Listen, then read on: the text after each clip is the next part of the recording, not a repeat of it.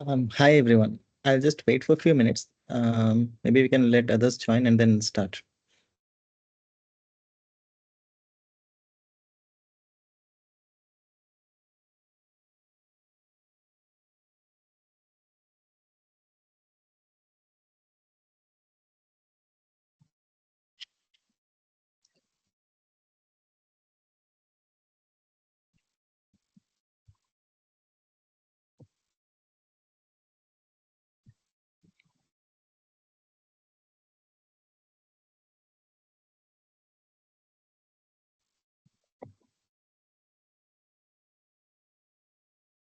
अगर लोग ये बोलते हैं कि हमने खुद किया या फेम के लिए किया, फेम तो हमारे पास पहले भी था। जब आपको बताया कि हम लोग कार्ड पे थे, फेम तो उस टाइम पे भी था। और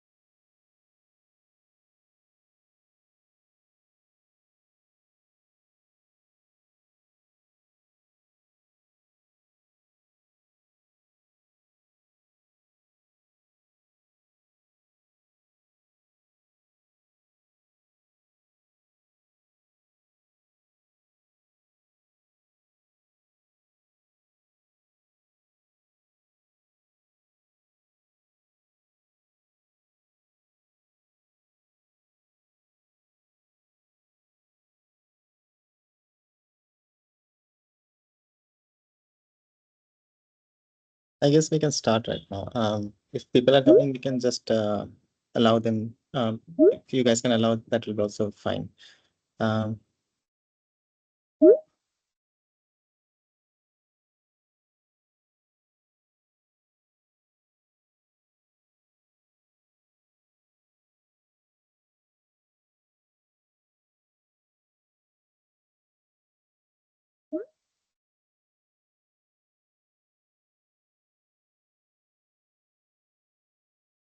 Hi, hello everyone. I'm Gaurav, and I'll be the TA for this course, Programming in Modern C++. So let's start, and I hope you guys learn C++ and its modern features and how C++ has evolved over the years. And because the standard has also evolved and added many new features, um, we should also learn and try to utilize those features for our codes and make our code more readable. If you use those features, it just makes our life also easy. And sometimes it just helps in avoiding those various bugs. I hope I'm audible. Can someone tell me? Yes, sir, you are audible. Yes, sir, you are Great. audible. Yes, sir.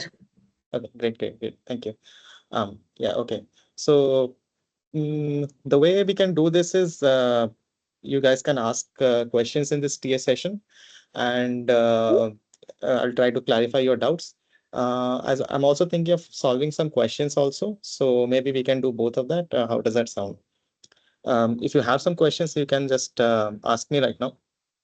I believe there is just one week has for the NPTEL has concluded. So from the lectures or anything if you have some specific questions, um, please feel free to ask.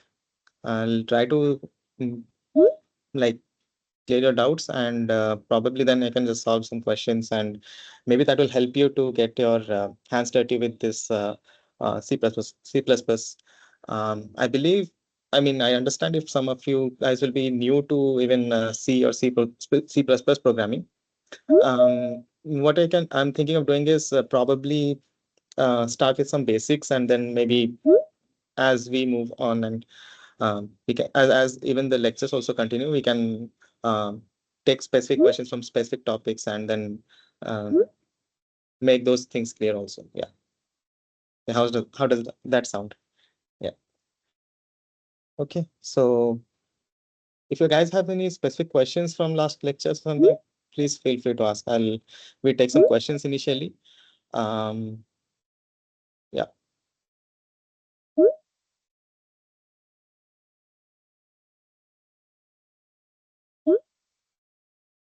Okay. There's a question in the chat. I see. Oh, so specific questions related to assignment and submitting, you can probably raise it in the forum or something, because the people who are handling there are the TS who are handling the assignments and related questions. So maybe you can redirect to them. Yeah, I hope that answers the question.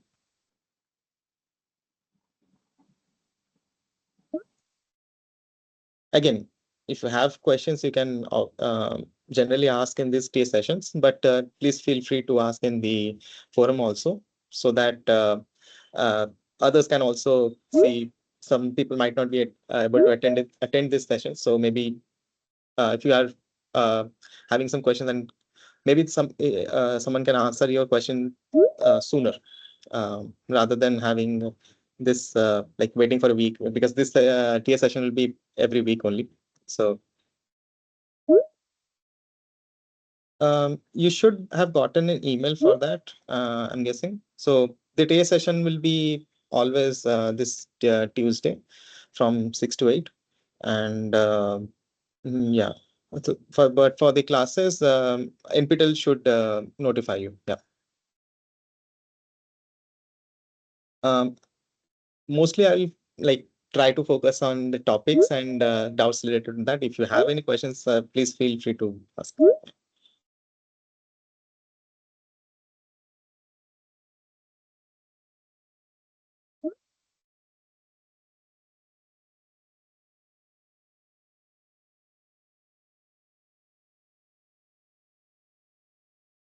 Okay, sure.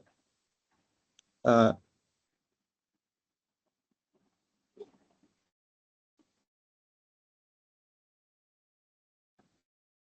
did not get the question. CH0.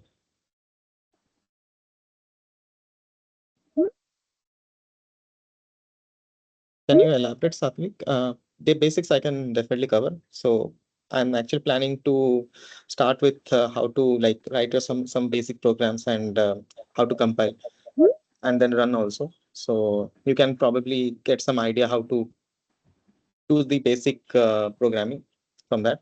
Yeah.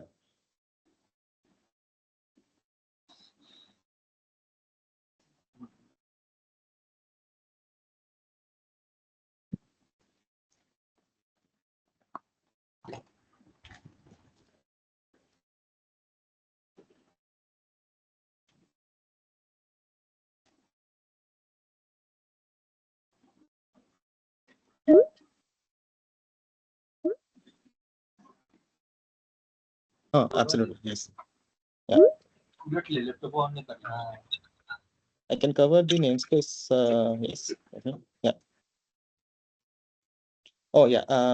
The questions related to exams and like forum related, you can just read it them to the forum. So we have a separate dedicated team. Hi. Um, is it fine now? Am I audible? Okay. Okay.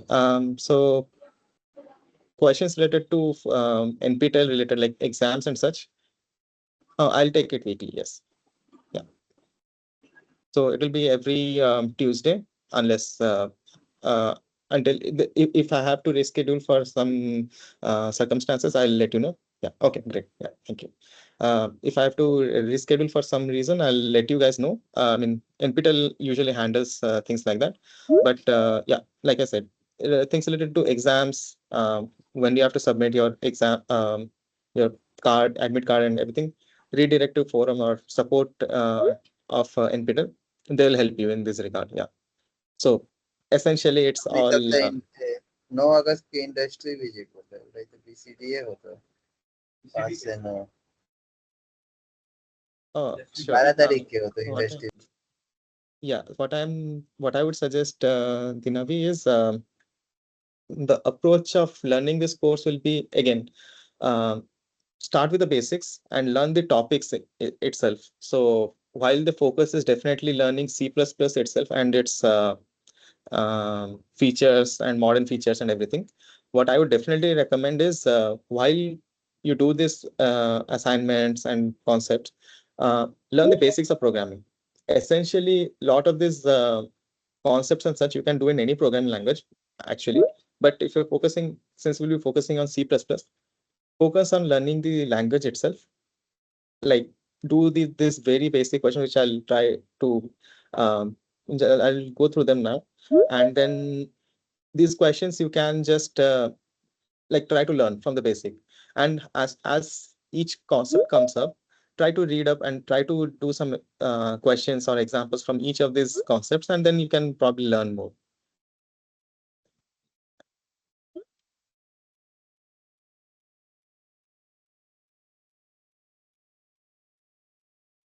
um, yeah, so data science will mostly focus on Python, and as this is a C++ course, you might have to learn C++ also. So I would highly recommend, if you have, if you guys don't have programming experience much, because this course assumes a little programming background. What I would suggest is you can probably start with the basics, understand. Yeah, yeah, Pranay, Parna, yeah.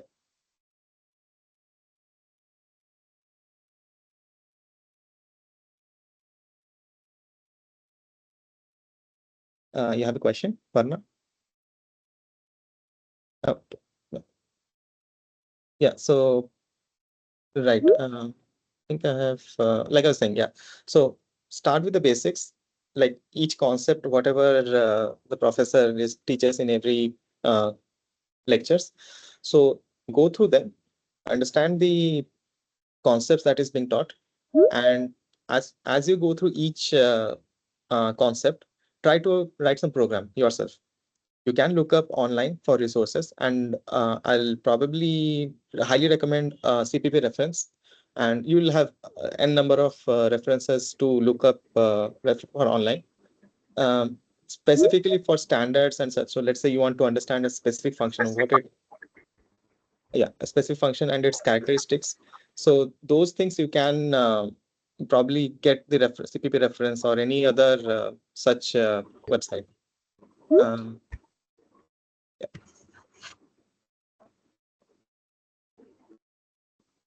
And you guys can let me know if some topics, yeah. And you guys can let me know some topics that you want me to cover. Is it necessary to know C program fully to learn C++? Yeah, so I wouldn't say fully, but if you have experience writing C program, it becomes easier because C++ is essentially an extension. If you are learning C++ or C also from scratch, I think it's okay. You don't have to really focus on C also, is what I believe. You can start with C++ because most of the things are pretty much same. So even if you're starting with C++ or plus plus also, it is quite okay. Yeah. Yeah, I'll cover the namespace standard in a minute. If I have any other questions, I can maybe take those. Yeah, competitive coding, like I was saying, so you can practice from there. There are resources online. But I would highly suggest understand the concepts first, because that's when you understand those concepts only, you can actually go for this high-level coding, competitive coding. And a lot of them actually focus on the algorithms, which I'm not sure if the course will cover, but you can actually look up online and then learn from other NPTEL courses also. Because here the focus will be on the features. So what I would suggest is definitely you can, if you know these concepts and such, and you can then definitely apply in this competitive programming. Yeah.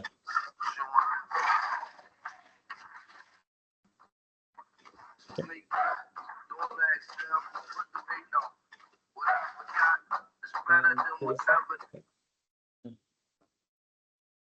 Usually the class is for 2 hours, but you guys can,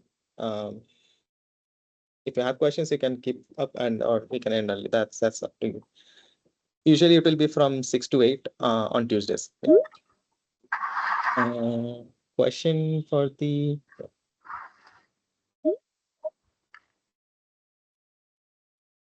the header is same. So you use a string, C string or something.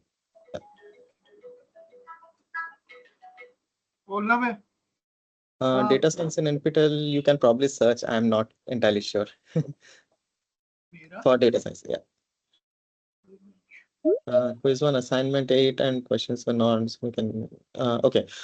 Questions related to assignment, you can definitely just post in the forum. I would definitely. So you guys have access to the NPTEL website, right? SWAYAM website. There'll be a Q&A. You can just go to the forum and then ask your questions and doubts there. I can maybe share my screen and show you guys how you do that.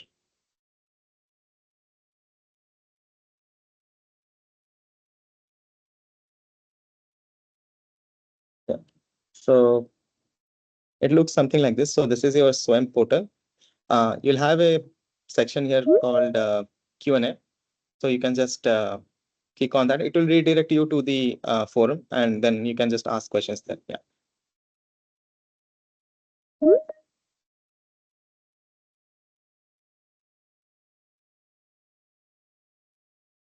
Yes, more questions. Oh, yes, of course. Oops will be definitely something that as you go, how do you put it? One of the main reasons C++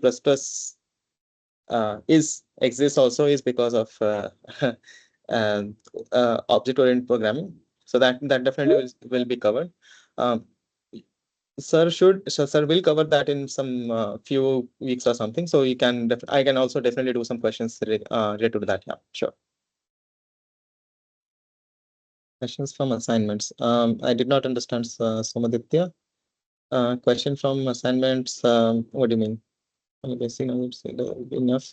Yeah. So Piyush, thing is, C++ is quite an extension of C. So, for let's say you get started with C++, that itself, your knowledge of that will be okay, like I would say enough for getting started. But the objective of this course is to make you or understand the modern aspects of C++. So think of C++ as a superset. So there are much more things than C which are there in C++. Hence, people prefer to write in this language. Yeah.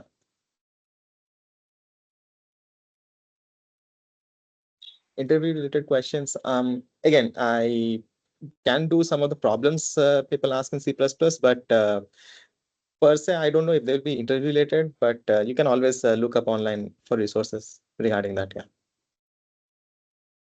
Final exam questions again. They will be probably you need to be clear on the concepts is what I would definitely say. What kind of questions? Again, you'll get the whole list. What kind of questions? So what will the pattern and such? You'll get them before the exam. Again, you can if you haven't gotten them. So like if you haven't received any of such, so you can obviously ask in the forum itself. Yeah. There will always be technical people who will take care of exam related and such questions. There are people, so you don't have to worry. Yeah. Um, what will be the question paper format for final exam? Again, like I said, you'll get this just before the exam. Okay. I meant to say that they will come the final exam. Yeah. So that the other tiers are handling for the final exam questions and such. What I would say is they may not, it is possible they may not come. It is possible they may come. But what I would definitely suggest is definitely be clear on the concepts. Okay. Because if you don't understand the concepts, uh, doing new questions in exam will be difficult. So, yeah. Okay. Quick start.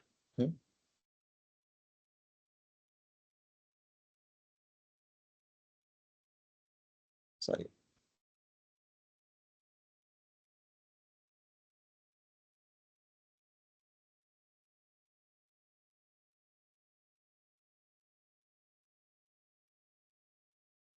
Yeah. Right.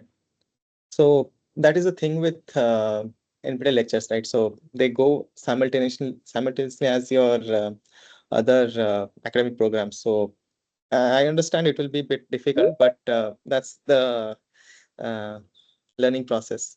I understand it will be hard, but yeah, you just have to make some time and then do these assignments and learn them. So yeah.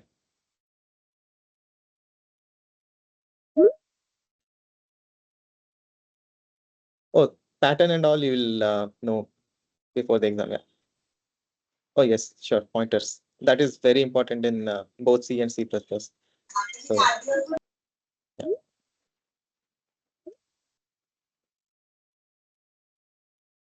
Okay, maybe I can just start some of the concepts and questions people had, and then maybe see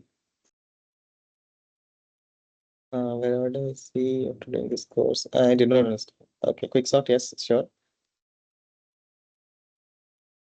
Um, mhm. Oh yeah, compiler. Yeah. You can use G++. So GCC is a compiler. You have even Intel compilers. So ICPX, ICC, ICPX. So for C++, it will be ICPX. GCC is one I'll commonly use because that's what most people have access to, and I'll actually show you how to use it also. And you can get it in all major operating systems. So like Windows, Linux, even Mac also.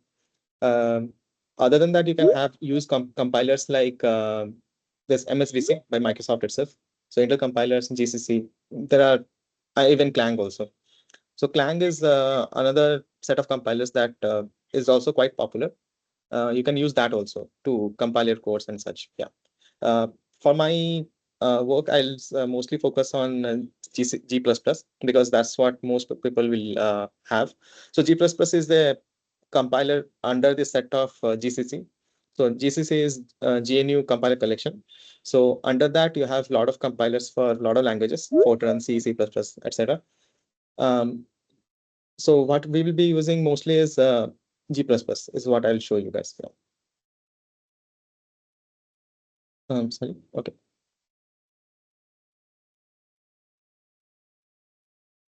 Advanced data structure, probably not, but I would definitely suggest read up some on data structures so that you can understand some of the questions and some of the concepts that sir is going to teach. Yeah.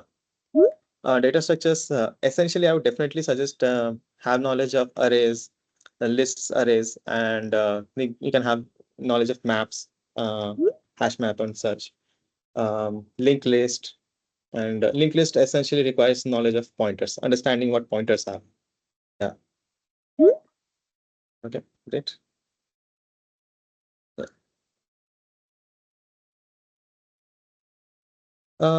Definitely. So from job perspective, I would say is you definitely have prospects because other than Python, which is quite common, one of the most popular languages currently still is C++, and people are still in industry writing programs in C++ because yeah, I'll take the tutorial lectures. It's more for your doubt clearance and such. So I would say maybe not much, but at least if you have questions, you can definitely attend these tutorials. Uh, Assignment, you can, if you have clarification on assignment, Afreen, so you can ask in the forum because there are other set of TS who make the question and handle the assignments. Yeah, I can take care of if you have questions, and especially if, like doing some of the uh, example questions, I can just to learn. Yeah. Uh, Data structures, I don't know if specifically are covered in the course, but I can probably do some examples and such for data structures. Definitely, yeah. So if I have questions, I can maybe do some questions from them and then make you guys understand. Yeah, that is fine. Yeah. Functional overloading, yes, definitely I can come to that. Um, yeah, like I was saying, data structure knowledge will be absolutely necessary for doing any kind of programming actually. It need not be even C or C++. If you are doing in like writing any program in your favorite programming language, data structures are universal. So the concept doesn't change. Yeah. Mandatory, I'm not sure what feedback form it is, but please feel free to share them. Yeah.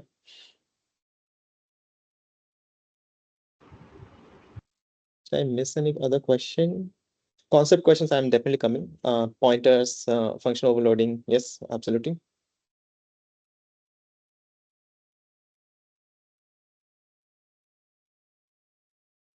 Quick sort, merge sort. Yes, sorting questions. Sure. Oops will come maybe after some weeks when sir also covers. Yeah.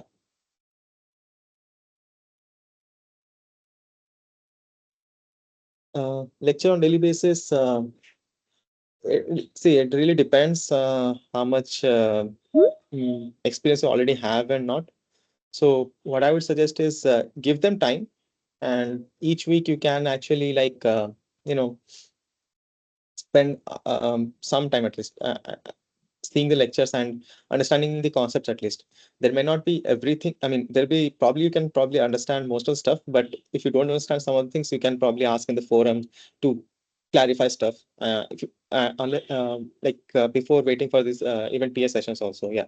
But you can definitely feel free to ask in this TS sessions. I can try to cover some of the questions. Yeah. Okay. Assignments might feel a bit tough, but then again, that's the idea there. So to get you to familiarize with most of the concepts and what is expected in this course, actually. Yeah. Yeah. Good evening. Application for programming C++. Yeah, okay. So actually, I'm going to show you guys how to even program in PC. So I'll be using a software called VS Code, Visual Studio Code. You can find that in every major like operating system, be it Windows, Linux, Mac, anything. Even you can actually do it on your phone also. It's available. There's an online version also available. It's quite useful. Now, I'll be specifically using G++ compiler in the operating system, but you can use other compilers also as you please. Yeah. I'll show that actually. Uh, Assignment details and topics. Yeah, so assignment details, not much because I'm not handling the assignment. So assignment, as I pointed before, you can check the assignments inside the in the list of in the NPTEL, and whichever assignments are given, you try to complete them within time. And assignment related questions you can definitely post in the forum. Yeah. Topics will be mostly for this day session will be like whatever topics you guys have doubts, and those things I'll just try to cover because that's something will be urgent for people. Yeah, that's the idea. Frequency will be every week. So every Tuesday, 6 to 8 will be the live this day session. Yeah. Okay. Again, yeah, sure. Constructor and destructor concepts are again part of object-oriented programming, which Sir will also cover in some of the upcoming lectures. So you can probably we can probably cover those as we come. But some basic concepts like pointers and such, I can probably take now today also. The form of writing programs is probably it will be a mixture of both. I'm not sure what's the going to the pattern and such. You guys will get to know before the exams. Yeah. Array problems. Yeah, sure. I'll take that. Any functions related to strings like memcopy. Yeah, it's more like so you have a lot of these mm, uh, think of like data structures, so like strings and such. And there are member functions. So a lot of these functions related to operate within those things. Those things, it's good to know. I'm not sure how important they'll be for exams, but definitely they are important to learn. Yeah. Again, I can't comment on exams because or questions related to that because I'm not going to set them. Yeah. Can you go from basics? Yeah, sure. I'll try. I'll try from like very basic stuff and then uh, go ahead. What I would um, suggest is if you have guys have some specific things that you want me to go, you can actually let me know. Yeah, like people have let me know like string problems, okay, pointers and such. You guys can put it up, I guess, in forum. I'm not sure how it can reach or something, but yeah, you can probably let me know. Actually, you can guys can do one thing. Can every week you can tell me what topics you specifically want me to cover, then I can cover those also. Other than that, I plan to mostly just do some questions and such. Yeah. Let us know. I think that should be okay. So yeah, that goes hand in hand, I guess. Yeah, so topics like data structures you definitely should be knowing in any programming language is what I would say, Piyush. Um, and uh, Gia, I would say is even if you don't know C, you can actually learn C++ also from scratch. I don't think that's an issue because while they are quite similar languages, you um, can learn and start doing C++ itself. Learn the whole C++. That's I think absolutely okay. You can later learn C and use C code inside C++ also. And that should be absolutely okay.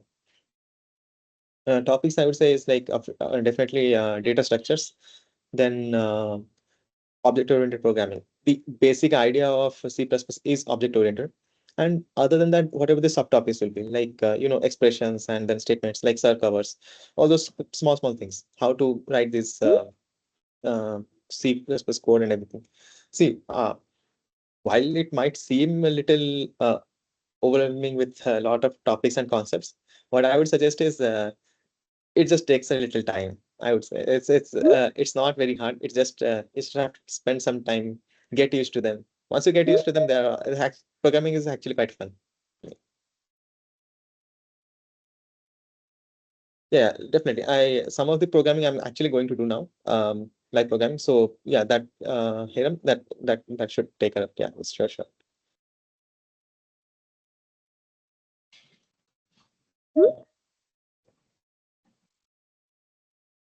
Yeah, so that's a good question. So thing is, yeah, obviously not, you don't need everything to know Jaya in a header file, all the functions. I would suggest try doing some questions, and while doing those questions, if you face some, like using those functions, there will be obviously some functions that you use more than others. So what I would suggest is, like, for example, very example is vectors. So standard vector is a data structure that you'll be using most of the time, because again, depending on the application or depending on the problem, but what I feel is that's something you'll definitely use most, and then its member functions you should definitely be used to it, is what I would suggest. Yeah. C++ a bit difficult than Python, Mohammed.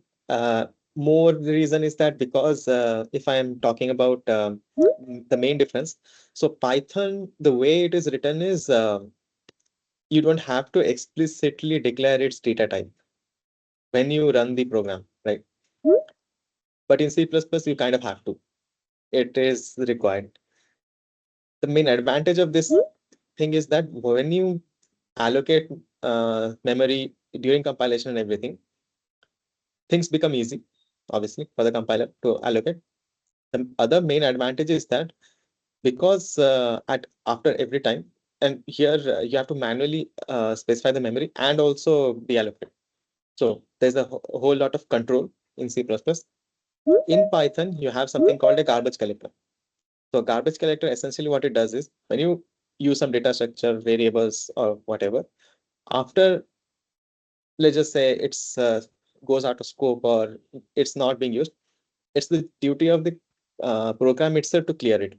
So things become slow. I mean, in that sense, if you talk about slow, C++ becomes quite fast in that regard. So the main difference between C++ and Python is the specify. You have to you have the control, which is again, it can be superpower actually, because since you have control over the whole code, you I'll just sorry. Yeah, since you have control over the whole code, you write code which are very efficient. It's also like saying writing code to the metal as in the silicon hardware or CPU or GPUs, even FPGAs, wherever you are uh, running a program. Now, again, that's the main idea behind C++. It has quite modern features, quite developed actually, and also it gives you speed. Hence, we are trying to learn C++ here. Yeah. There's my books related to this course. Sure. Actually, most popular book will be the book by Brian and Kernighan. So the K&C book, Kernighan and Dennis Ritchie. So Brian Kernighan's book on programming in C++. So that is a sorry, that's a C book. And I'm so sorry. You can actually look at the books by Jan Stostuk, the creator of C++. You can refer those books. He has on every standard actually. You can refer those books also for learning C++. That's actually a good reference. Dynamic programming, yeah, probably not. I'm not entirely sure because this is not exactly algorithms course. So probably not. Yeah. Hands-on programming. Yeah, so hands-on, I'll actually solve course some questions and such to get you guys familiar with the um, code. Yeah, there will be hands-on, yes. Critical, but you want to get it. Yeah, absolutely. Yeah, so learning programming in general, I would say, not even C++, programming in general, you have to practice. You have to practice a lot. So do questions, understand the concept. So you can actually find a number of questions online. So there will be questions from all your project. So you can probably do those. Or just search online, you'll find in many websites questions. Yeah. So those questions you can actually try learning you can try them in any language actually, not even C++, any language, and then try to understand what is the idea behind. So the main approach I would say is, while trying to any question, understand the question. What are the key steps you need to do? Maybe you can do a rough work on this. maybe make a flow chart if you are starting out, how the program should go about, then write the program. Rest of this is mostly just maybe you missed something or debugging of it, or maybe there is a compilation issue because you missed some semicolon or something. Those are separate things. But starting with understanding the problem, then after you understand the problem, understanding the flowchart, how you go about even making the code, then just translating that to code. That's essential in any program. Yeah. DS and C++. Okay. And yeah, so that is depends. DSA. DSA is definitely required in any programming language is what I would say. Yeah. Yes, that's actually I'm going to do set up G++ and run C++ programs. So for that, you actually have to, yeah, that's yes. Yeah, VS Code is actually what I'm going to use also. Yes. What I would suggest is Sir, are the basics of C are enough for doing C++? basics of C are enough for starting with C++, but what you should understand is C++ itself is a much bigger language in the sense it has much more features. So those things you have to learn actually. So you can think of like C is like a subset of C++. So yeah, it helps in with starting, but I would say it's okay if you don't even know C also, because you can actually start C++ also from scratch to learn. I think that is okay. Sir, your voice is cracking. Hi, can you hear me now? Yeah. Okay. Date and timing will be live classes will be every Tuesday, 6 to 8. Yeah. Assignment is actually posted. You can check. You can always check NPTEL the webpage, course webpage for all the data. So you'll have like I was showing. So you have your lectures here. The tutorial also is posted. You can refer to that tutorial also. You have your questions here, and V2 is also there here, and you can download the transcripts and videos. I hope you have access to this course webpage. Yeah.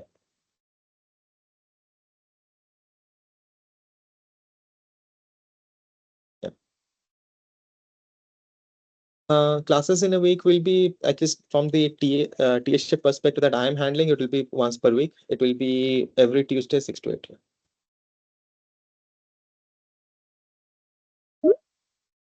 Internship, sorry.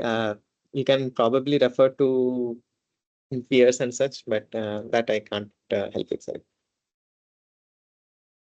Yeah. So videos uploaded on NPTEL are very good reference actually. So you can actually see what are the topics and such you can is being covered in the lecture. And if you have specific questions, you can definitely ask in the forum, like I was showing. So if you click on this Q&A, it will redirect you to the forum of the course, and you can definitely ask questions there. Yeah. Okay, I guess we can actually start. I'll show you guys some very basic things. Yeah, you can definitely clear doubt in live session. Live session, I'm not sure how that course works, but you can ask me questions in this.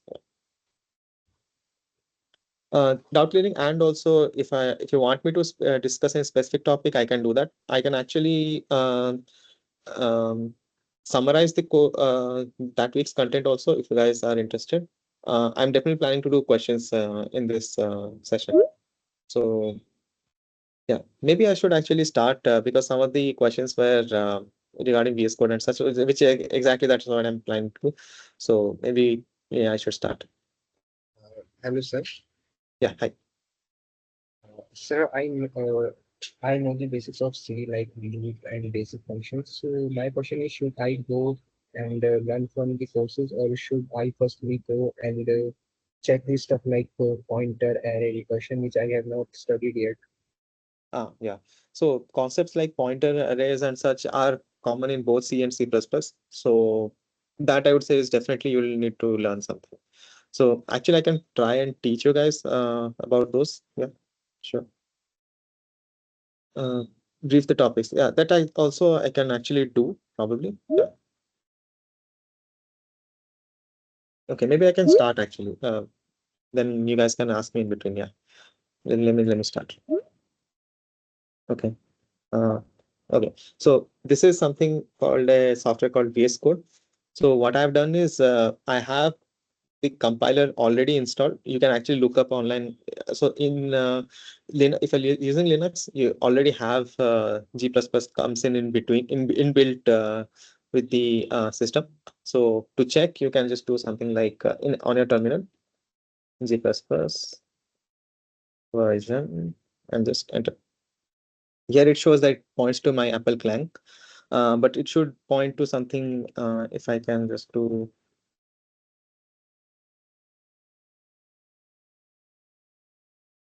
Yeah, it should show you GCC. It's fine in all kinds of compiler you can use to you compile your C++ code. So here it is the version 4.8.5. Depending on the modern C++ standard, I would recommend you to use 9 or 10 or higher. So because most of these standards require you to have a more modern compiler, I mean more modern version of the compiler. So here it's just a 4.8.5, but here you can see it is Clang version 15. So this will do for whatever topics we'll be covering. Yeah. So what process I'll show current right now is the what do I say, the command line version. You can also do from in VS Code. You can actually just go to extensions like this and search for C++, sorry, like this, and then it just comes up. So the one by Microsoft you can just install, right? The and there are also it is basically a package. So it installs, I think, debugger, yeah, debugger, the compiler. It requires the compiler pre-installed. So what I would suggest is actually if you are in Windows or Mac, install G++. You can actually look up online how to do that, or ask in the forum. Maybe we can answer those questions. We can just give you links and such if you have questions regarding that. If you are having trouble doing that. So that is that. Other than that, having this extension in VS Code helps you with this highlighting, syntax highlighting and such. So that from that perspective, it is useful. You can also use this to compile and build, which also one can do. But today I'm going to show you how to do this, like maybe write a simple program and then compile and run it. Okay. Okay. So in VS Code, you can actually start like, so let's say you point to a folder. That's what I've taken care of. And then just here, you can just do this and then say like, uh, I have this program, maybe I'll just delete it. Yeah.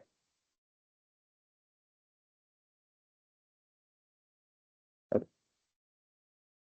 I'll create a program, new program, hello.cpp. Okay, great.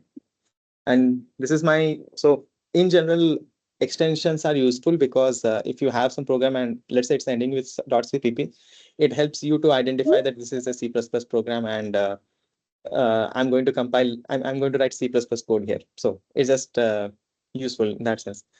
Honestly, in Linux, it doesn't matter. Extensions don't have any meaning, but that's a separate topic altogether. Yeah, so I'll start with something hash include IOStream. So IOStream is essentially for IO and streaming those to input and output, right? So we want to give some input to the program and get some output, right?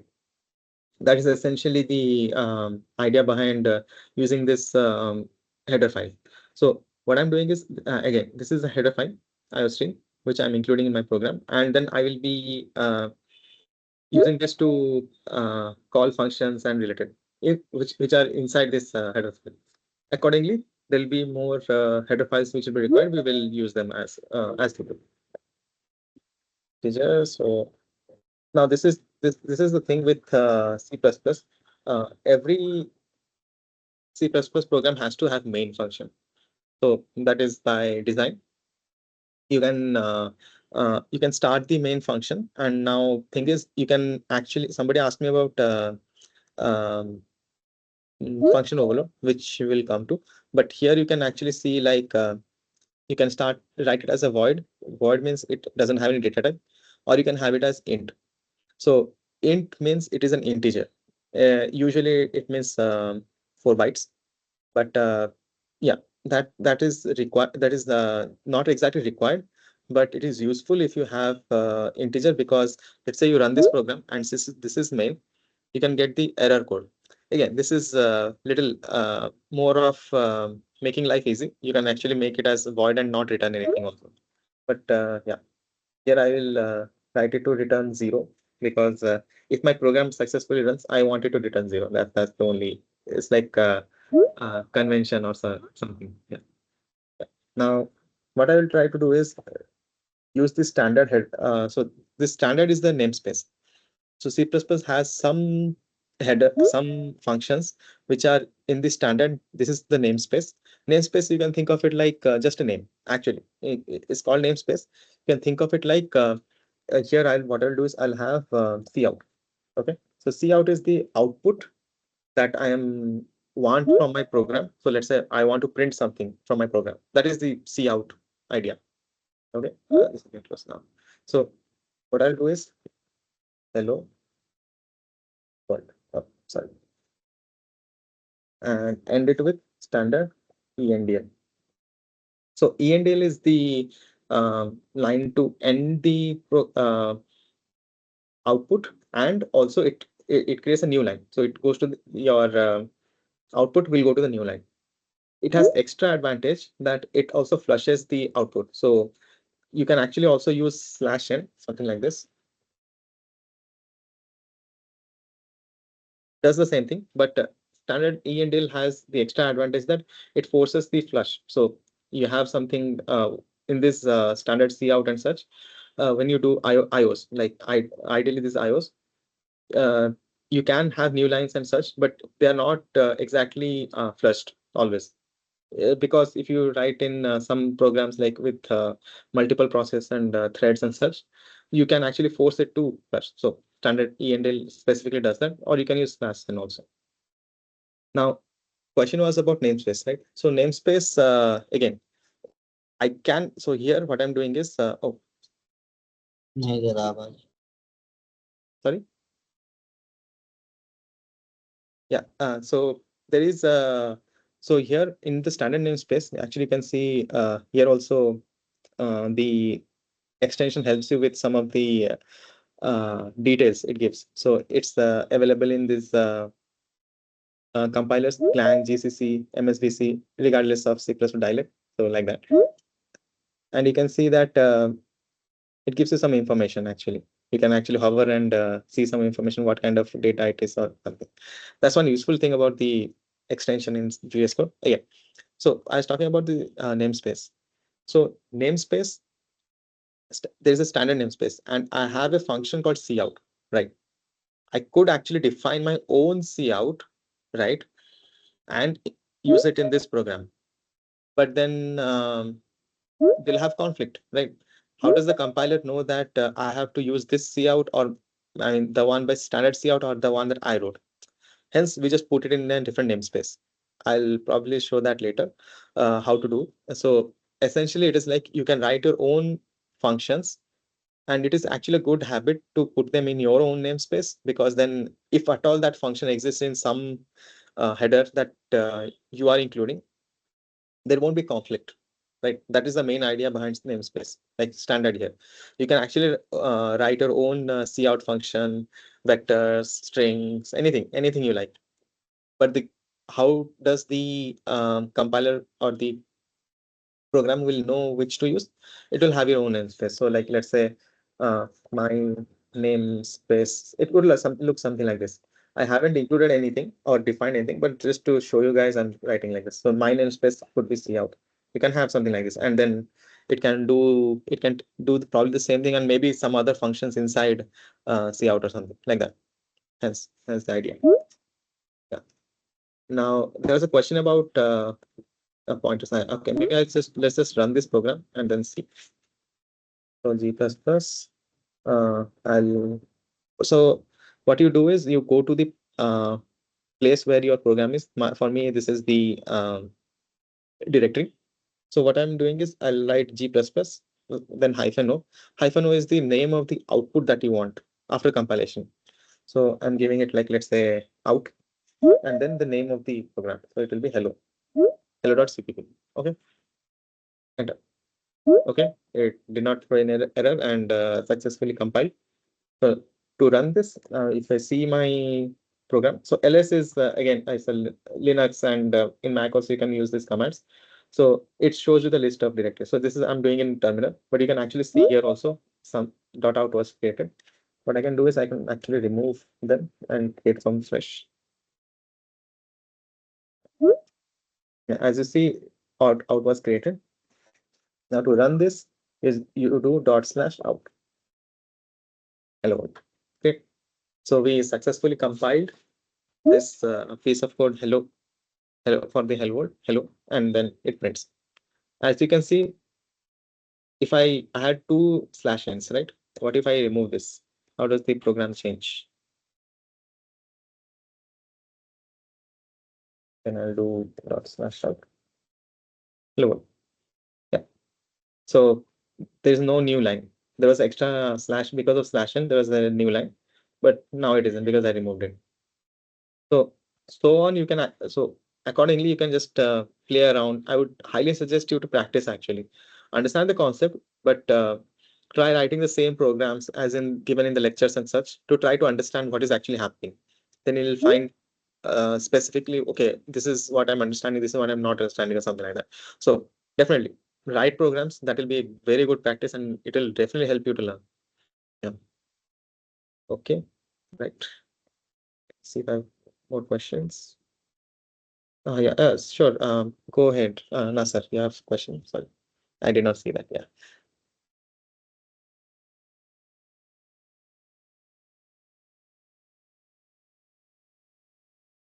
Nasser, you have a question? You can go ahead.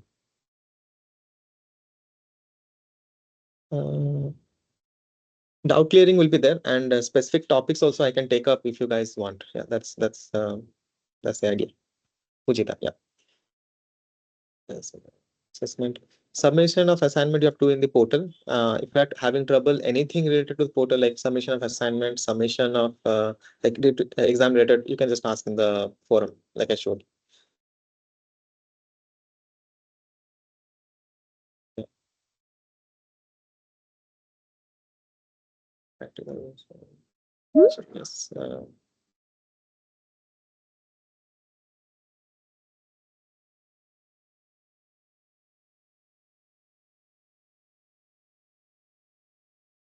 Points and credits, you have to ask in the forum.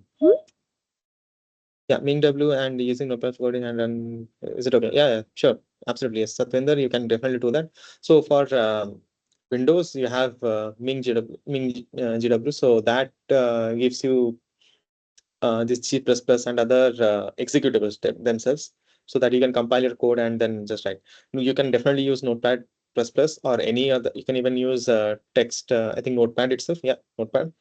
Compile, write your code in that. Compile using GWs like I showed the command line G++. That's absolutely okay. Yes.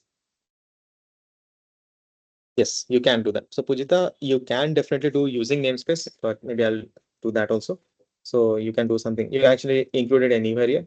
So here I'll do using namespace std done.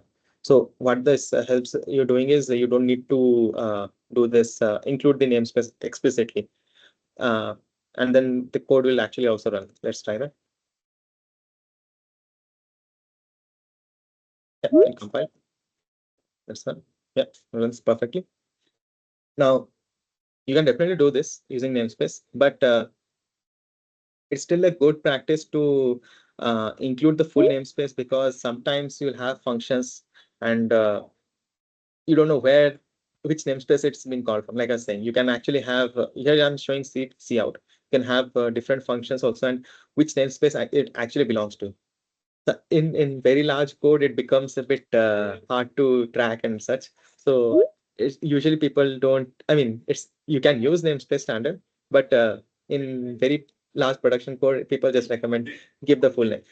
Yes, sometimes the whole with namespaces and function it becomes too large to read, but it's more for clarity and so that it helps in debugging also later. You can definitely do this though. Yes. I hope that answers the question.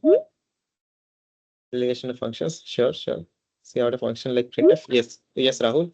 So similar to printf, which prints the function like any value of variable or anything. See out essentially does the same. Yeah. Yeah. Right. So there was a idea about function overload. So maybe I can do that also. So let's say I write void hello. So what this function does is this just um, this is a function hello, which will just print hello world. Okay, great. Now what I will do is I'll not use namespace. I'll just use the full standard so that you guys also will be clear with this what I'm doing. So I have the function hello. It calls this line standard cout hello world and then just ends. Okay. How to do this? Now I will call this function here and I think should work. Okay. You can actually also automatically align your function. It's just easier to do it using VS Code's inbuilt feature. It's the format document. Yeah. Yeah. So let's try to see what happens. Yeah. Not out. Okay. Hello world.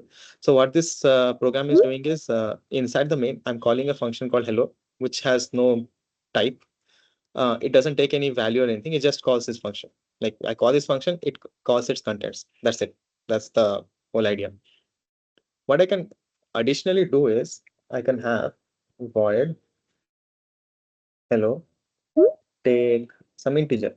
Let's say a. Okay. And instead of just printing the hello world, what it can do is print a. I can definitely do that. Um,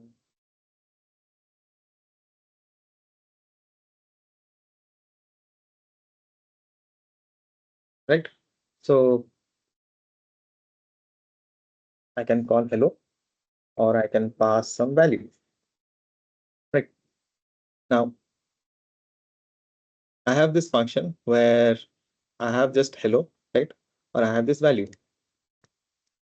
I'll ask you guys, if I run this program, what do you guys think will get printed? Anybody?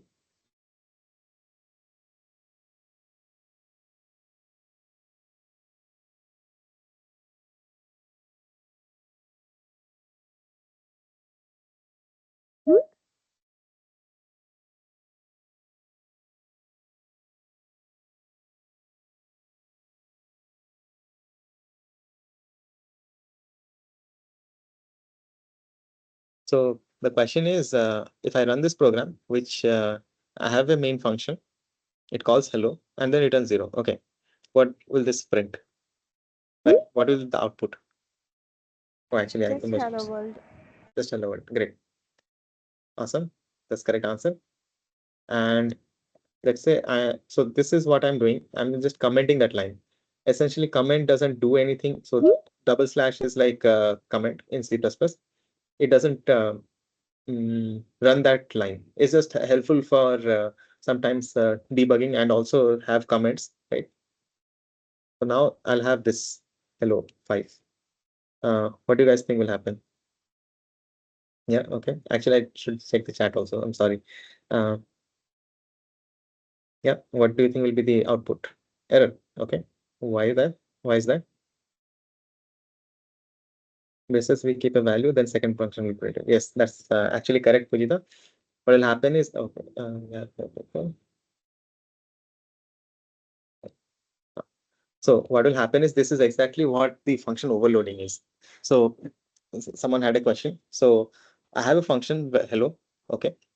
I have another function hello, but this time it takes a value. Here it doesn't take anything. So when I try to print this one, it will print it will use this definition of hello and the mm, body. Okay. But if I call this function, it will use this definition of hello. Okay, great. Let's actually check that. I mean, you don't have to take my word for it. Let's try. So I'll do another thing. So in Linux, or Bash itself. So this terminal is specifically ZSH, like Z shell, but in Linux and such, you have Bash. So this terminal commands, I would suggest it's not exactly necessary to get used to, but if someone is more, I mean, it gets easier in something. So you can actually learn some of the little bash commands. You don't need to know most of them, but from command line perspective, it just makes sometimes life easy. So I'm just doing this. So what this does is it in single line, it will compile and run this output. Okay. So it prints hello world. Great. If I comment the hello and then do print and then just print the overloaded hello, then let's see what happens. It prints printf5. Okay. So in the first example, it uses the hello world definition because I did not pass anything. Okay. This one. And in this, hence it prints just hello. Okay. And if I just use the second one, then it prints the A value, whichever I'm passing. Here it is 5. Okay. Now I can do in another way. I can define the integer A, or I can give it some name B equals to 5 or 6, let's say, and then pass B here. That also should be perfectly fine because B is 6 and it's an integer, so not an issue. But what if I have something like float? Okay. What do you guys will think will happen? Constructor and destructor will be more I'll cover when we come to hi can you I can probably make it. Yeah, okay, great. So constructor and destructor when we cover, I'll cover the that code then.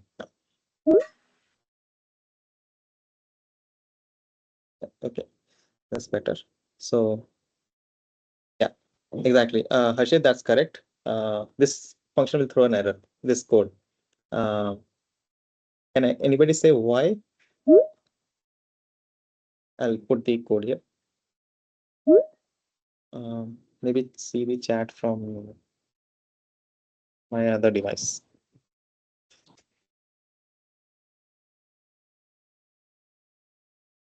Yes, oops will definitely be there. That's true. Yeah. They are not declared parameter. No, that's Arush actually not exactly correct. We have defined B, but we haven't defined a function which can take float values. So here the data type is B, but sorry, here the data type is B, but it's a data. Here the variable is B, but its data type is float, and we don't have a hello function which is of data type float. So this will actually throw an error. So let's try doing that. Oh, it did. Just a second. Yes, that's correct. Oh, that's not.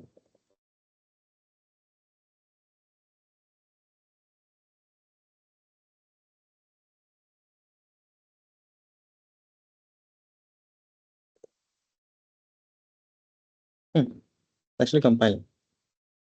Weird. Anyway, that is there. Should it run?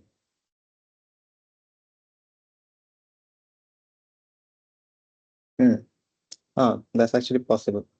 Let's see.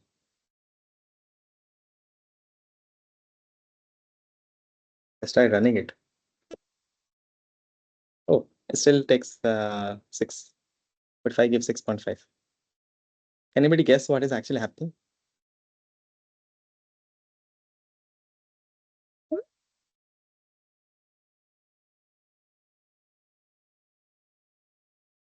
Yes, actually that is true. So what is doing is there is a thing called conversion. It's implicitly converting the 6.5 float to the integer actually here. Yes, that's correct. Okay, so this is the idea behind function overloading, where you have the same function hello, but with different body and different inputs. You can have, I mean, you can have the same body also, that is okay. But the idea is that it is overloaded because I can have different inputs, the same function taking different inputs, and accordingly I'll have different body of the function. That is the main idea behind function overloading. I can maybe try it. Yeah. Yeah, we can try that actually. Again, all these are good questions, and we can actually try the. Uh, so let's say the.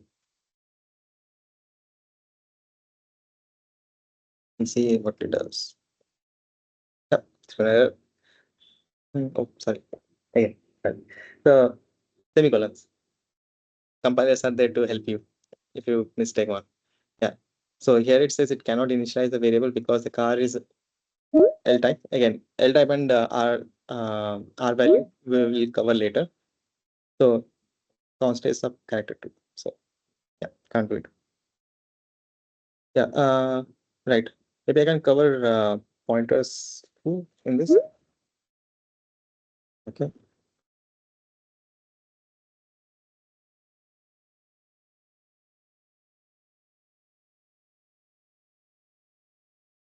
I save as pointers.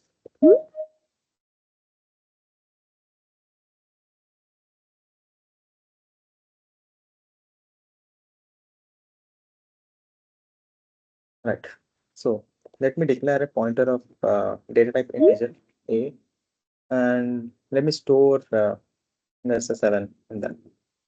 Now, what happens is what's actually a pointer? What is a pointer? So here I'm declaring like A is a data type of pointer, like pointer data type is A. Now think of pointers as just variables. Okay, here A is a variable. It stores an address. That's it. Pointer is something that just stores an address. Okay, that's it. Now that address, the value A is actually storing an address, but it's pointing to something.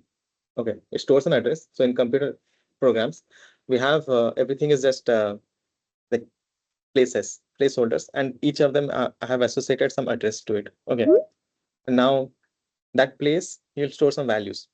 Okay, that is so when I defined integer A or float B or something, so that place I have aliased. It's like another name for it, for that place I've given is A. Okay, and that I'm storing some value 5, 6, 7 integer type, double or whatever. So if it's integer, how much bytes, how much memory it will take is just accordingly it will be defined. But the idea is that I have some integer or some value or something. I store some value to it. So accordingly, so 5, 6 or 7. Now what happens with pointers is pointers are value like this place, but they store, instead of actually storing values, sorry, actually storing value, they store addresses of another place. So let's say this A, this B, like something, it had some address. I'm storing that. I can store that address here also, like A value A will have. So what I can do is actually I can print this guys and actually show you.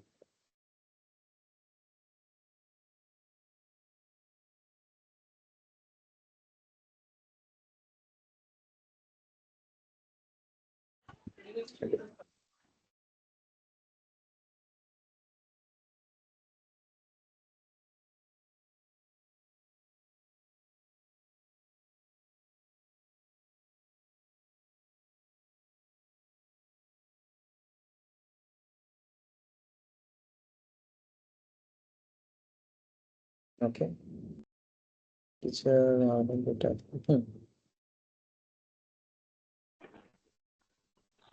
okay, so one second. Oh, okay. Do this one. It should work.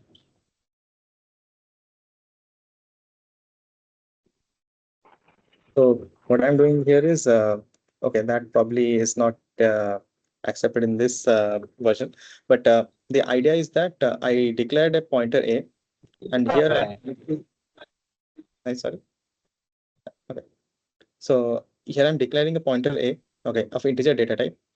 And so now the idea, what if I'm saying that A stores the address, what does the integer mean? What it means is the address will be stored in A. That's okay. But it is pointing to some other address, right? A has some address in it, but it will be pointing to some other address. That address data type is integer. That is the idea. So A can store some address. That is fine. That's absolutely okay. But what happens is when it points to some other location, how does the compiler know that I have to read this many bytes to um, know what my value is? That is known by the data type. So integer is 4 bytes, right?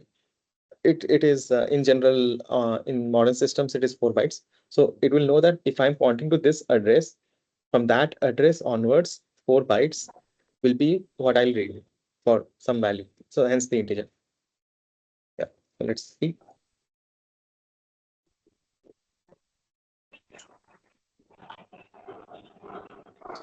Gives example because I don't have memory allocated like for the pointer, and I'm trying to just write some value to it. So I can actually do something like this. So what I will do is I'll make a stack. Okay. Again, stacks, heaps, and other data structures also you guys should be familiar with. So I'll make one stack where A is 0. What this means is this is of size this. Okay, maybe I'll write in a more clear way. Integer size I'll define as let's say 5 or 6, and give size here. So it knows the size, and again, stack allocated values need to have the sizes known at the compile time. Okay. So here the size is known, and A is something I have defined. So size of 6. Okay. Now I can actually just uh, like manually put some value to the first location, 0 equals to 0. Right. And then let's see if that value has been input. So I'll just put A and we'll keep printing. Yeah. So A is 0. So I manually put some value 0 to the first value, first location of A. So think of A of size here. It is actually uh,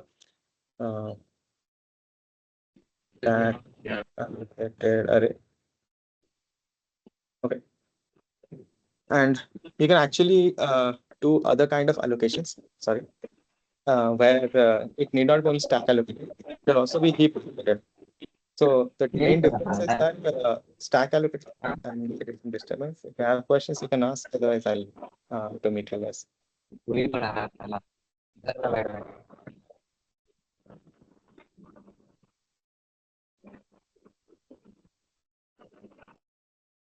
Yeah, Nasser, if you have a question, you can ask. Since I see you raise your hand.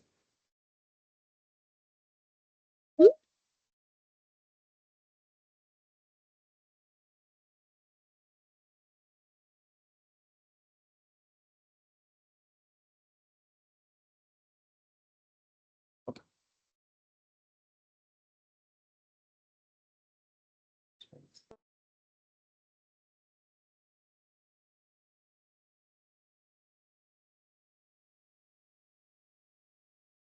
Yeah. I'm taking attendance, yes.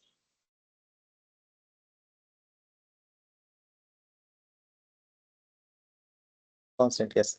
So the idea is that this variable actually should not change. So here it is actually accepting it because it knows in during compilation time there's some optimization it is doing.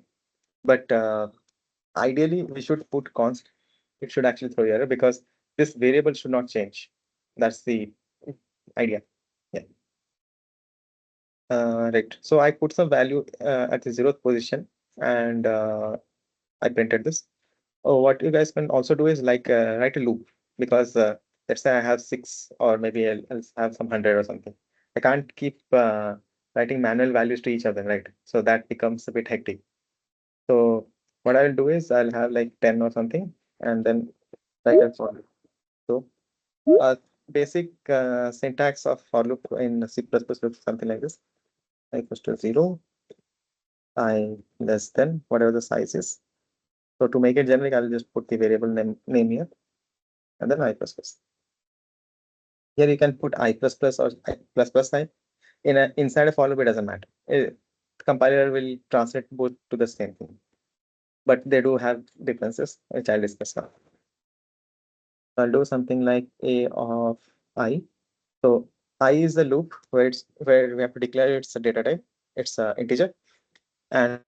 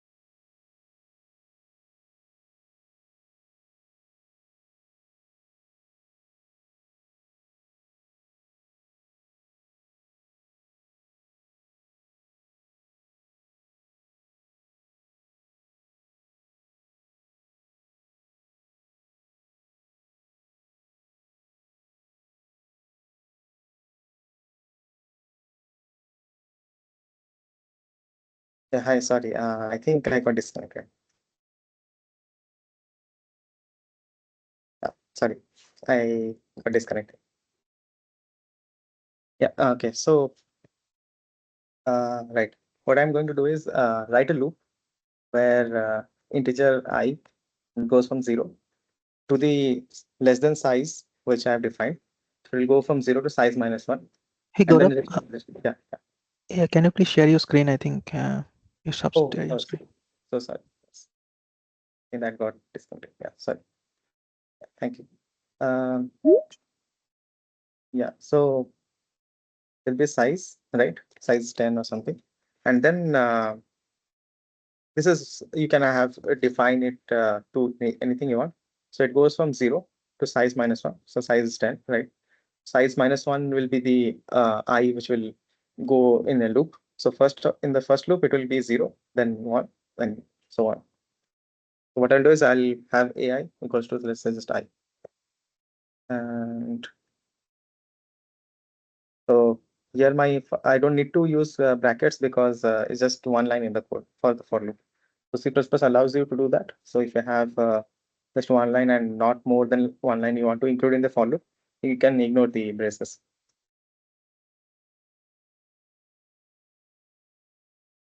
Yeah, just 0.0, because I just printed 0. But let's say I want this standard C out line also to be uh, like included inside this for loop. I can make another for loop after. So yeah, I can do this with a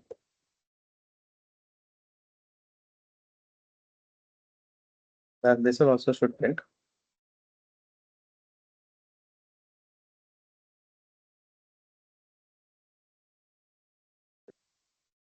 So this should print values from 0 to 9, right?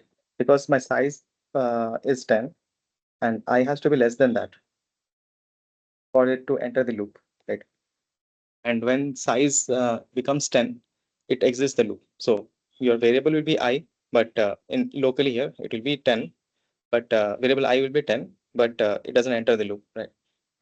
Now, there are two ways you can do this same thing. So the main difference here is that here first in this loop, you are putting all the values, okay, for all the 10 values, and then exiting. Okay, your for loop ends. Then again, you're starting a loop and then printing it. Okay, you can do it this way also.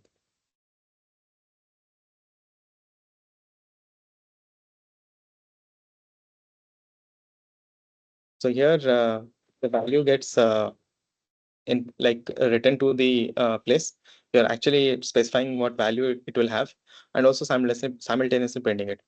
This is also fine, but know the difference. It's like the order of things you're doing. You can do them simultaneously or one after the other. It also print you the same thing. Yeah. Okay. So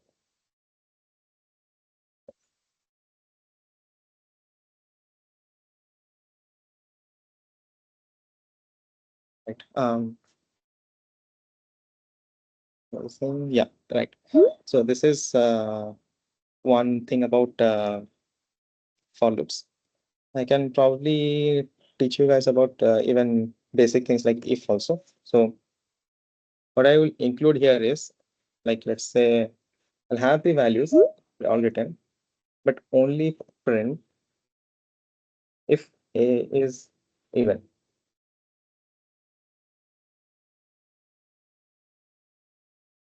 So what I've done here is have a check if uh, not A, sorry, A of I, if the value inside A, okay, for the I value, if it is divided by 2, like so percentage gives you remainder. Okay.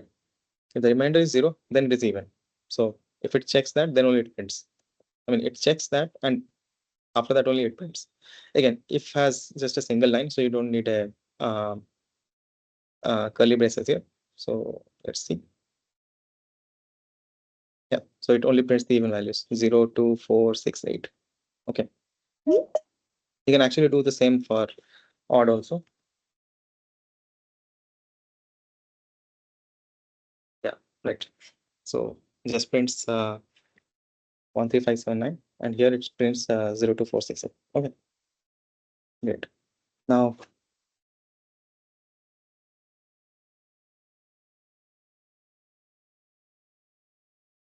okay,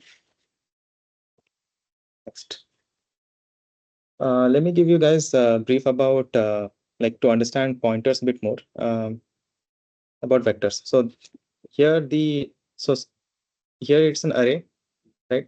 Arrays are also the data comes under data structure of list. So they are a list where you have let's say if it's of integer type, right? And it's of some size, so 10 or something. And essentially it's like it stores 10 integers or 10 of some data type. That's the idea. Now, when you define something like this, it is stack allocated. What it means is it is so it is inside cache, and you can think of stack like it's a limited memory, but it's quite fast for the CPU to access. Okay, these are all CPU programs, so I'll just focus on CPUs. So CPUs have very fast access, so they can get these values quite quickly and fast. Right now, what if you want to have lot of number, like very large number, like 10 power 5 or a billion or a million or a billion numbers. So you can't have them stack allocated. Program will just give up. It will throw errors and do weird kind of stuff because we don't, there's a size limit to stack. It is fast, but there is a limit on the size. Hence we use something called vectors or like heap allocated arrays. So what are those? Let me sorry, give an example.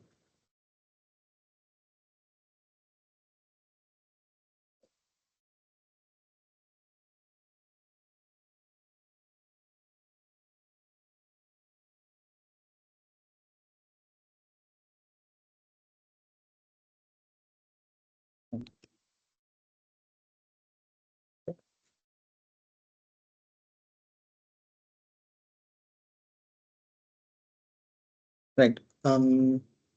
It's not necessary to put returns types every time, but that's okay.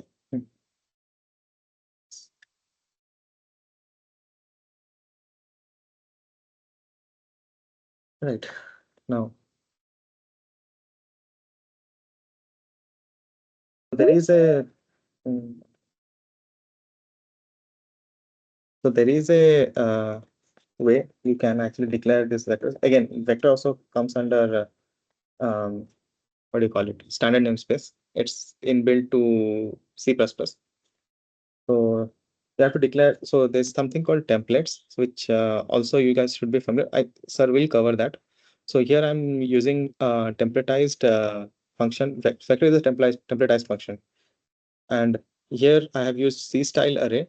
I'll also show you guys C style arrays.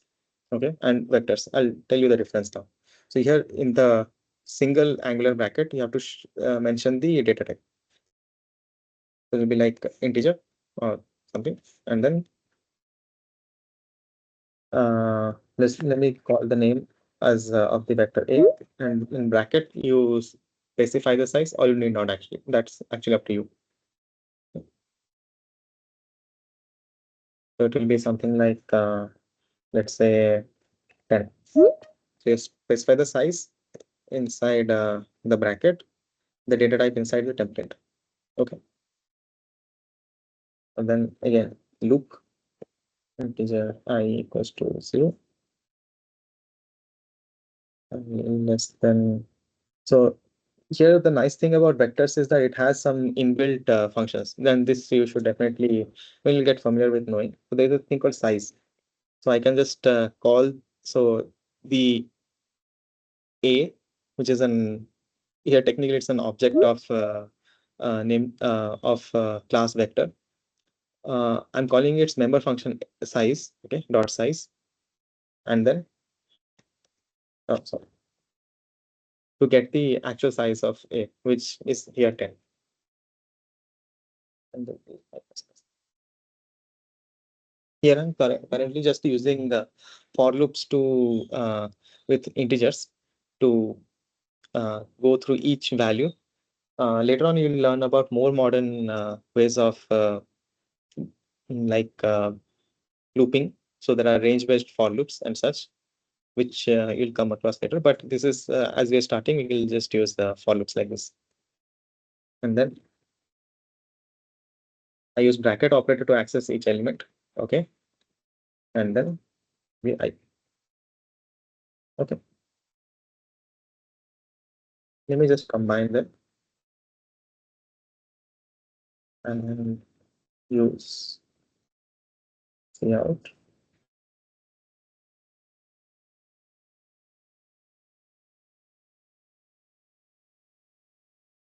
Okay. Print the values.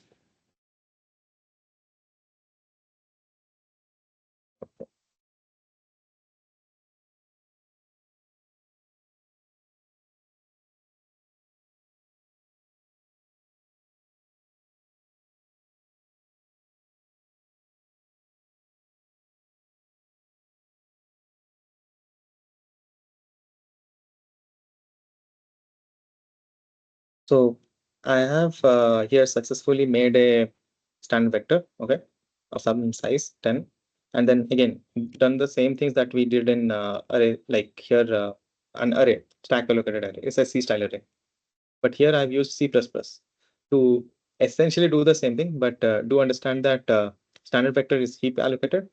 Here C style arrays A, which is of some size. This is stack allocated. But let's say I want to do the same thing in C++.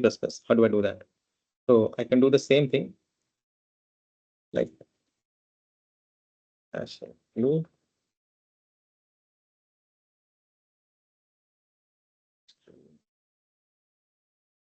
right? And then hash include. Instead of arrays, sorry, vectors, you use something called array. Just include that and then you can use it.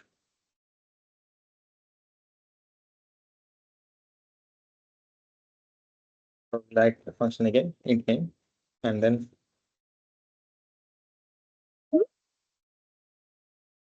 standard array templatized takes the value integer. But also the other thing is because stack needs to be the size of it needs to be known at compile time. So it takes another argument of the size 5 or 10. I mean, let us do it 10 again. I'll do it A. That's it. So again, for loop.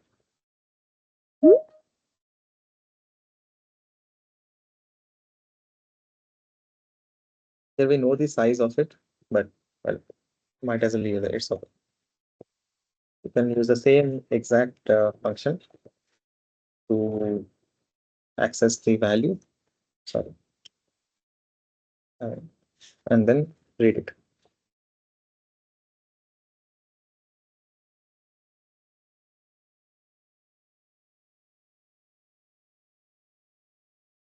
Maybe put some more lines.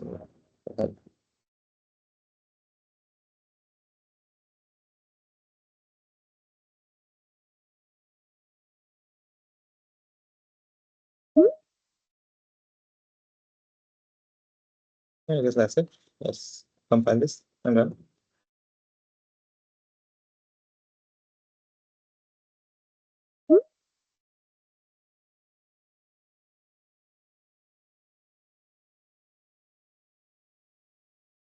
Yeah, same thing. So even you can use array C++ to define arrays using this, and C++ also gives you, sorry, C++ also gives you vectors to play with also.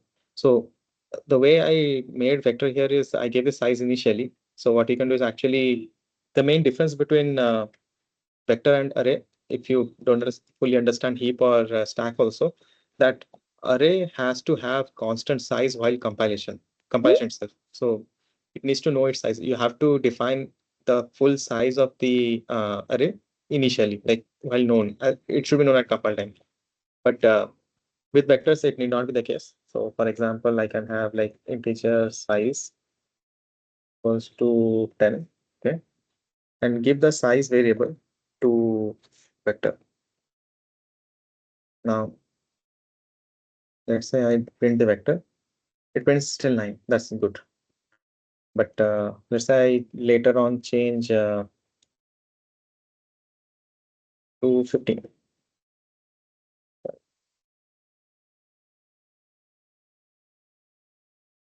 Yeah, so 0 to 15, 14.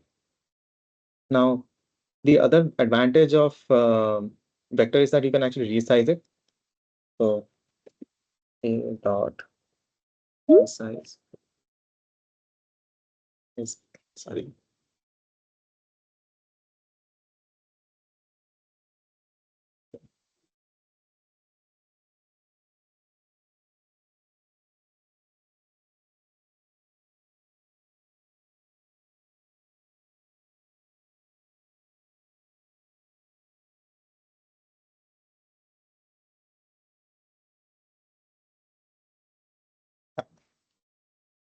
So what I will do here is resize the vector, just 15 to, let's say, 20.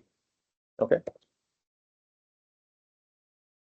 So here the size was given as 15, which was so when the vector A was created, it was initially created with size A.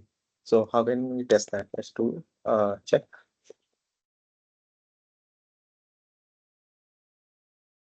So in programming, whenever you're in doubt, just start printing stuff. That's actually the most basic thing you can do. It will tell you, it will clear all your doubts. Okay, what's actually happening at each line. So you can definitely just print. Okay, so I'm printing the size of A before, just after it getting created. Okay, and then I'm resizing it, and I'll do one thing. I'll just copy that line again. Okay, resize and print the value again. Let's see what happens. Okay, so if you see the values, it prints A as 15. Actually, I should probably print size to be more clear. Yeah. A size is 15 before we resize, and then just after the creation, right? And then the size is 20 just after we resize. So this is an advantage of using vectors. You can actually resize your vector as you please, because it is heap allocated. By that we mean it is the memory stays in RAM actually. So you have a lot more access, a lot more memory to access and use in your program. That's the main advantage of using vectors. Then you can just fill it with values, print it or whatever. So that's it. This is one of the most popular and most common data structure you use, vectors. And you can also do the similar stuff, I would say, in arrays, standard array. But again, do remember you can't have very large values here. So here I had to put actual number, right? So again, you can't have too large of a numbers and then uh, you'll get actually Stack Overflow. That's something where might have heard it actually. So what happens is Stack has limited amount of memory it can store. When you try to exceed it, weird things happen in the code, and then that's when you get Stack Overflow. Actually, at this point, if you have any specific questions, I can maybe take. So let's see.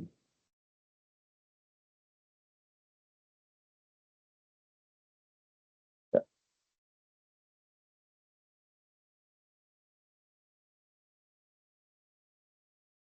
Yes, that's absolutely correct.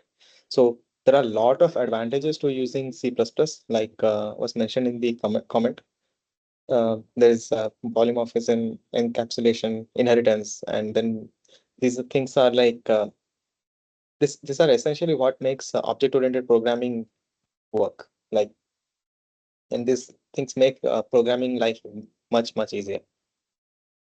Yeah. Again, that was covered there, I guess. So that is good.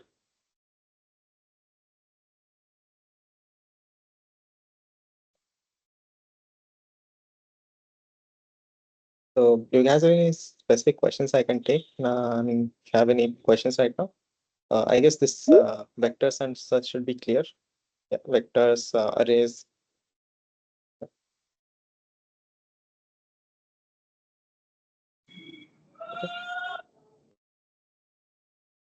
I can use this to give you ideas about pointers also. So let's do that. So what I did was I accessed the value itself here, right? Through this. What I can further do is, so I will just copy it.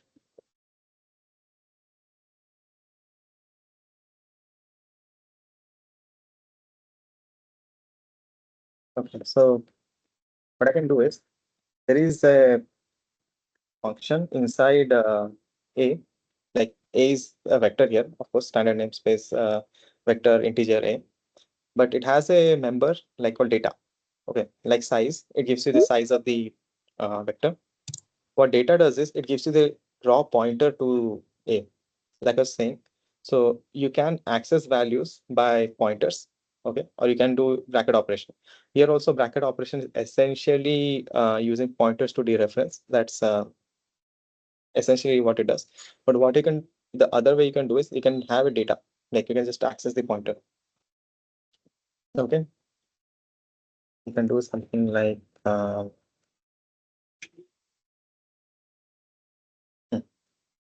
data. Then what I'll do is I'll plus I and then dereference the whole thing. Okay. And then print the same. But here I'll not maybe do I, then maybe let's do 2 star I. So I'm inputting twice the value. Okay. So here what I'm doing is the pointer is a dot data, which is the pointer. Plus I, what it does is from that pointer, since I know the data type is integer, right? So I 0. So first is the starting point itself. Then I equals to 1. So first unit, it will move. How much unit? No, it will be the data type of A, which we know from compilation. That's integer. So it will move one integer. Okay. Here. And then in the next loop, another integer, another integer, another integer. Okay. There's just as much from the starting point of A. Okay. How much it will move. What this extra pointer does is this is dereference. So here I access the pointer. Pointer means the actual address. Okay. Add the what value, how much value I'll go. And at that location, I want to know the what's the value. So that is a dereference operator. Okay. Now let's say what that was.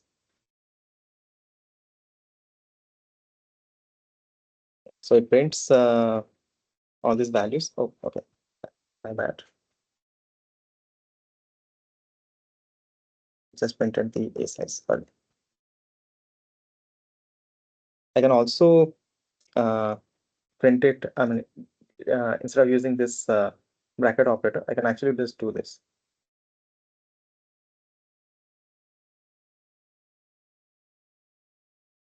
Yeah, as you can see, it first printed the 19 value, which was this loop, and then what I did was I used pointers of, and then dereferenced them. Okay, and then printed those values, just twice of each of them. So all of them will be even, and last one will be 90 times 2.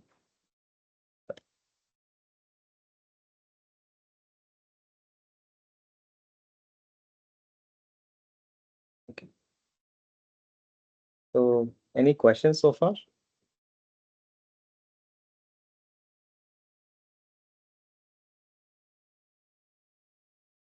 Yes. That's okay. Okay.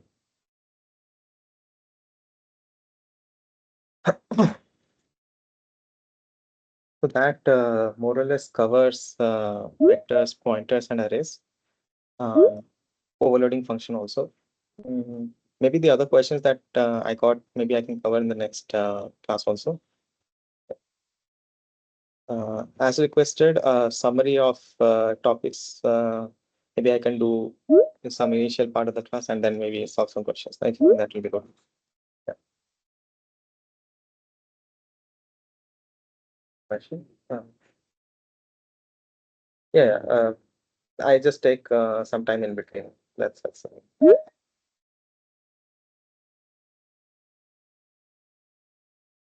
if you guys have any question, please feel free to ask, or you can actually um, drop out also. That's okay. Yeah.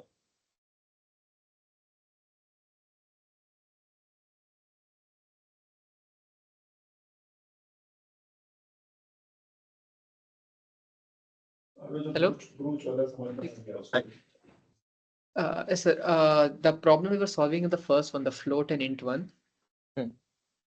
I think if an older version is used, maybe that's when it shows an error. Yeah, that's actually true. Actually, the one at GCC I have is a Clang version and it's quite recentish. So it let's just say sweeps it under the rug some of these errors. So yes, you can use some older version and actually it will throw you errors. So like I was showing, right, on GCC 4.8 or something, maybe that will throw. Yeah. But what I would definitely recommend is do use more recent versions, right? So I can actually show you an example. The reason to do that is, let's say I have a hello world function, okay, but let's say I want to use something like const expressions. These are more recent additions to C++, right? So in constant integer A, what const expression does is it's a simple thing. What it says is instead of it's a const, sure, it doesn't change the value, A doesn't change or anything in the program. But what const expression more specifically specifies is it is a compilation constant. Okay, something you can actually have expressions here also. It's a more stronger thing, but this is not available in older C++. So what you can do is to compile programs like this. You can do something like out standard, I think. Yeah, standard. Yeah. Then here, like like you guys can see, it comes up a lot of these standards are there. You can actually specify which standard you want. So I'll maybe go with C++ 70. Okay. And then hello. Will come. Oh, yeah. Again, character is the thing. So let's just we had that error. So let's just ignore that for this case. Yeah, we'll compile. But what if I don't have this C++ 70? Yeah, it throws an error because it doesn't know what const expression is. Because for this, whatever is the default for this GCC, it doesn't have these features. So this is one way you can, sorry, this is one way you can use the modern C++ that we'll be covering in this course. So you can use G++, compile with some output, include the version of the standard that you want to use, and then compile your code. Yeah.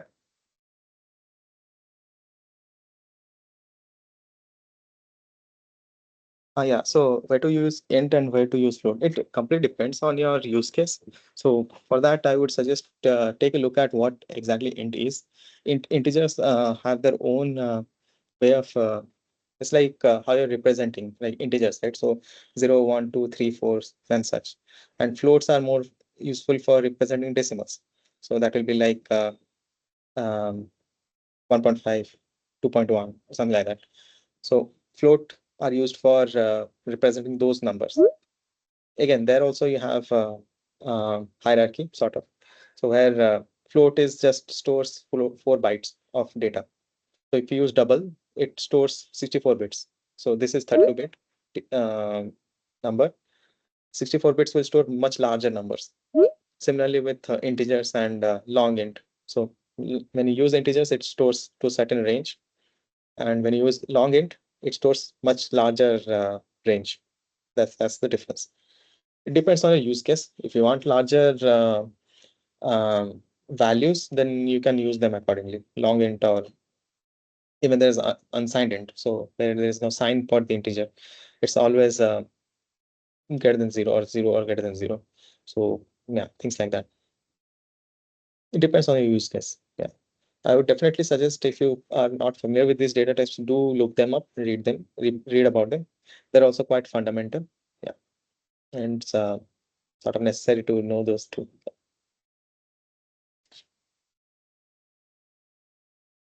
Okay. If you guys have any specific questions we can take, or maybe we can end this session. Oh.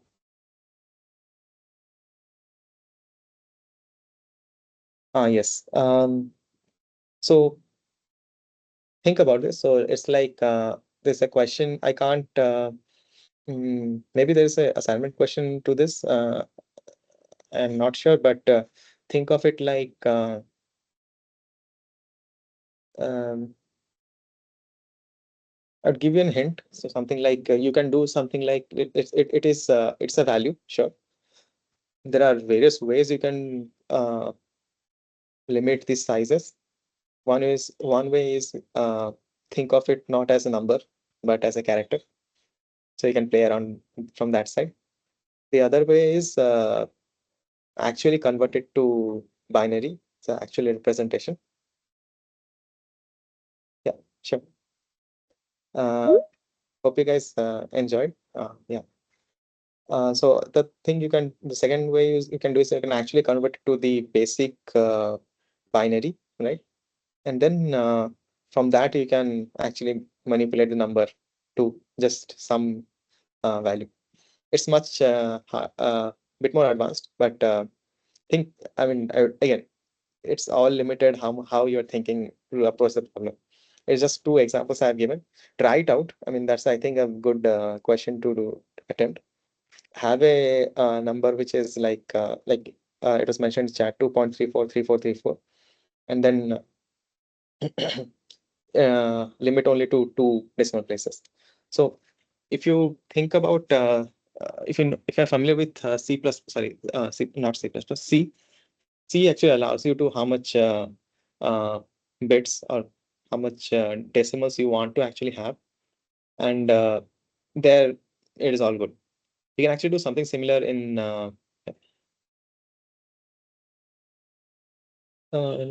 decimal number and binary number in class. Then we use integer for. Yeah. So decimal number, if you know that number is if you know that number is decimal, then you define it like float, double, or whatever. If you know it's an integer, then you define it as integer. That is clear. While printing, as you have might have seen, this standard cout operator doesn't really care, because the a when I put it knows it's an integer, so it will print like an integer. And so if I put float also someplace, I don't think I've used it anywhere, but accordingly, because while compilation time itself, it knows the data type. So standard cout doesn't really care. It doesn't matter to it. There are things called set precision. Maybe I can discuss that in the next class. So you can actually set how much precision you want in your output also. That is the third way of putting how much decimals like a question was asked you want. There are various ways you can do.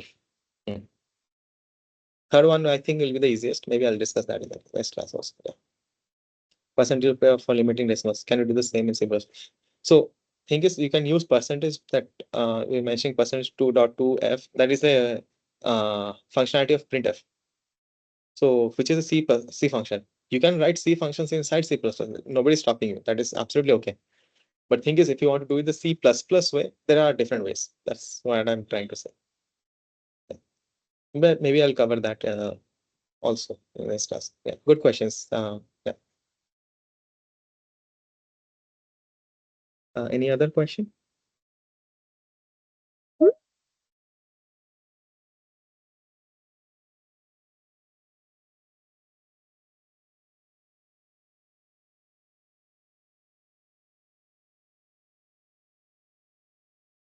Again, like I said, do practice questions. I mean, go through the concepts.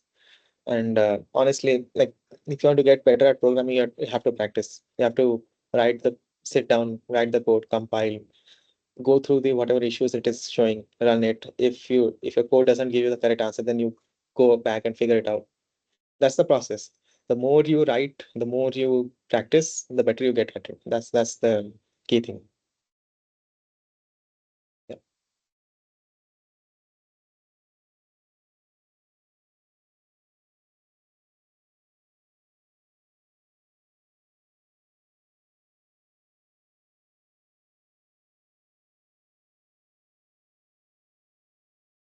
Thank you. I'm glad you enjoyed it.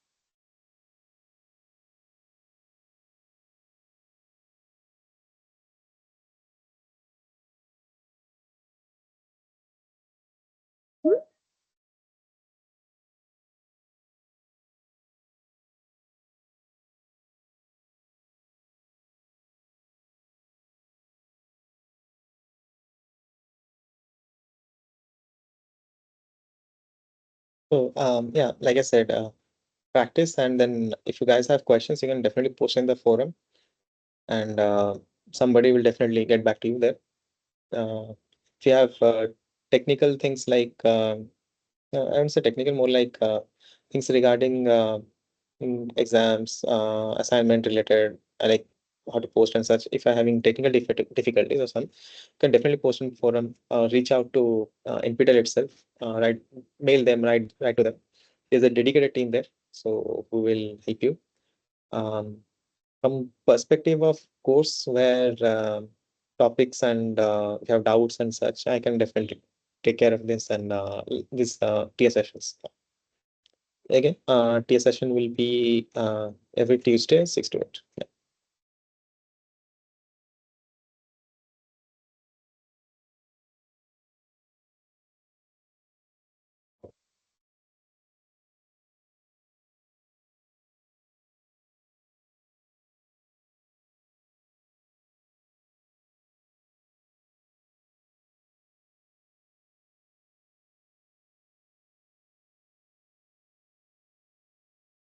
And does anyone have any question specifically?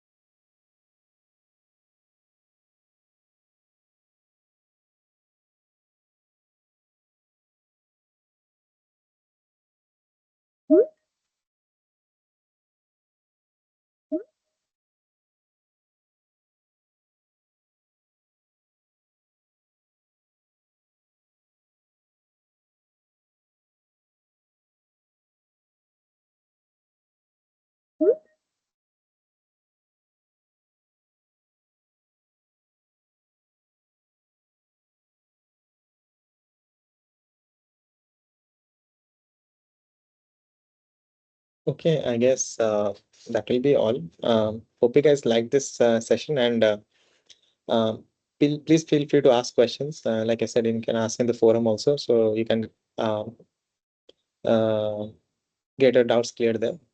And I'll also try to have more maybe questions regarding whatever topics specifically you guys want. And yeah, like suggestion was to summarize some topics. I can probably do that. Yeah. Okay, great guys. Thank you for coming. Hope you had enjoyed this session, and yeah, happy learning, happy coding.